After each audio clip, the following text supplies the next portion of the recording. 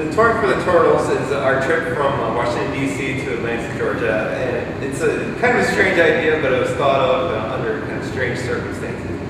I was studying sea turtles in a small country called Equatorial Guinea in Africa from October until March.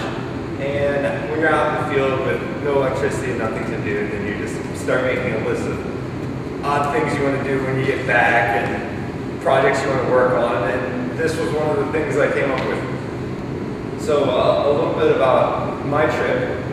Equatorial Guinea is a small country about the size of Maryland. There's a continental part that's between Gabon and Cameroon. And then there's also a large island right off the coast of Mount Cameroon. So if you're looking at Africa, it kind of goes in, there's a little armpit, and Bioko Island is the island of the country, and it's sitting right there in the armpit.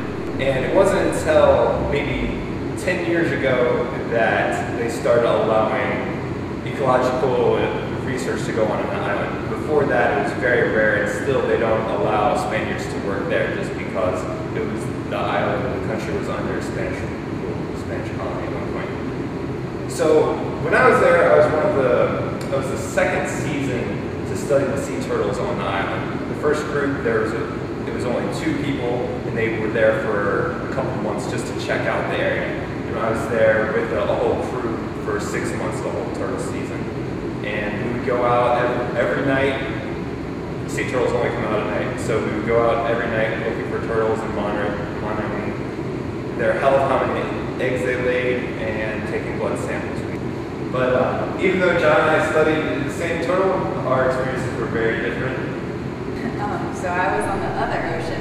He's on the Atlantic, and I was in the Pacific side of Costa Rica studying there.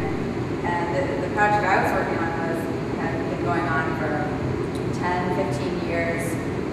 I think originally maybe there was one lady out there even 20 years ago looking at these turtles, and at that time there was hundreds, I think hundreds even every night coming up on the beach. Now, this season we were lucky if we had 2 every night. It was a pretty bad season for us out there, but it was worth it. It just shows how much work needs to be done.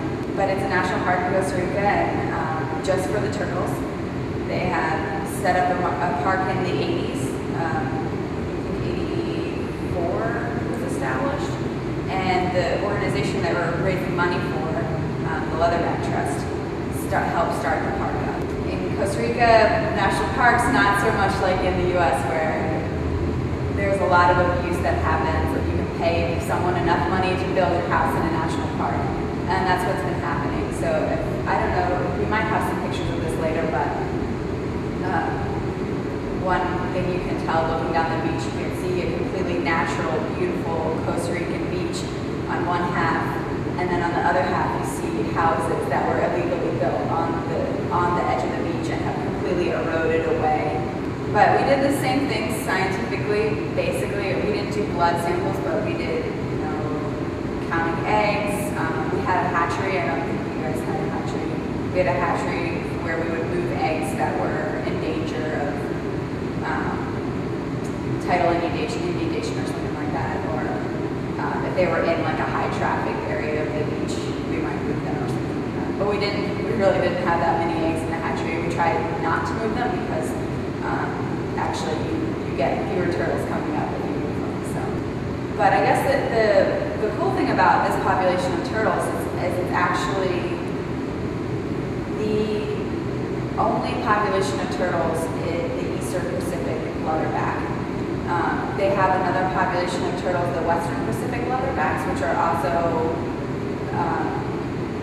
pretty endangered, but the Eastern Pacific leatherback is probably the most endangered. So this population, like I said, there are stories of people from years ago that see 200 a night. Now we only have 2 a night. And there's many reasons. One being that this nesting beach is the only nesting beach of the Eastern Pacific turtle. But the main problem on the beach now is the building. So just recently the president of Costa Rica, I guess, was paid enough money and he decided that maybe the national park didn't need to be a national park anymore.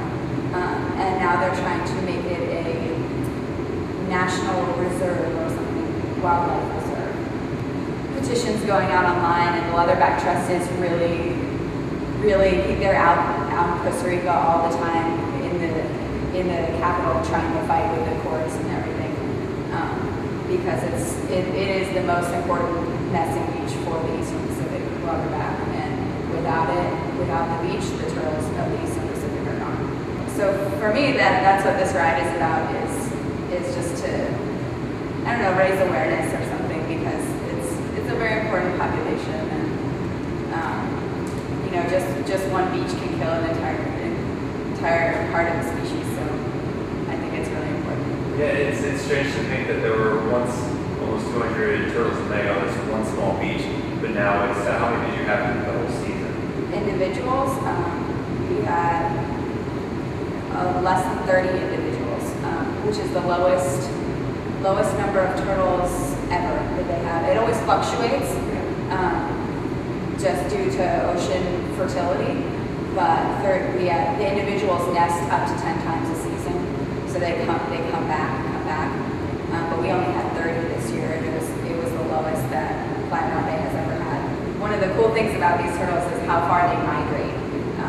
In the Atlantic, they go all the way up to the cold waters of Nova Scotia to feed, and in the Pacific, there's two areas, but for the Eastern Pacific, they go all the way down to the Galapagos and even further south than that. But you can't keep a transmitter on them long enough to figure out how much further they go. But so you only see female turtles? Yeah. Correct. You only see female turtles. There are a couple of researchers who have done some testing with male turtles, but you have to catch them out in the water. The funny thing about sea turtle research is we know most about like 1% of their lifetime, or maybe 5% of their life. The hatchling. Yeah, we know most about the nesting females and the hatchlings, and very little about the rest of their life. After they lay a clutch of eggs, which is usually can be up to 110, 120 eggs, but it's usually less than 100. They're about billiard ball sized eggs, so they're pretty large, soft shell, like native reptiles. And after they dig this, they'll lay a mass of eggs about this large, and they'll slowly cover it up with sand, so it's about this much of sand. And then after that, they're going to walk around in a small circle, just flipping up sand. So it looks like just a really large crater in the sand. The poachers would come and just take the eggs from the turtles. And other sea turtles, you can really easily find their nests if you're a poacher. They make such a small little space, it's really easy to find them. But if you don't see a leatherback laying its eggs, there's no way to find them, because they just make such a mess out of the sand there that it's incredible. Before this park was set up in Costa Rica, almost 100% of the eggs were poached. Not for frying or normal eating, but for shooters. They shoot raw eggs because it was apparently an aphrodisiac. And it's very interesting how it works too, because the turtles only come up to nest once every about 4 years. So they're out in the ocean somewhere doing whatever they do out there. They'll come back, and that nesting season for them, they're going to nest multiple times every 10 days. Yeah, they had about 20% success of just turtles coming out of the nest, and we had 43, I think, was our hatching success, and I think it's 1 in 1,000 live to be adults in the ocean. So when you have a 50% of 90 coming out, or even 20% of 90 coming out, 90 eggs coming out of the nest, it's not a lot.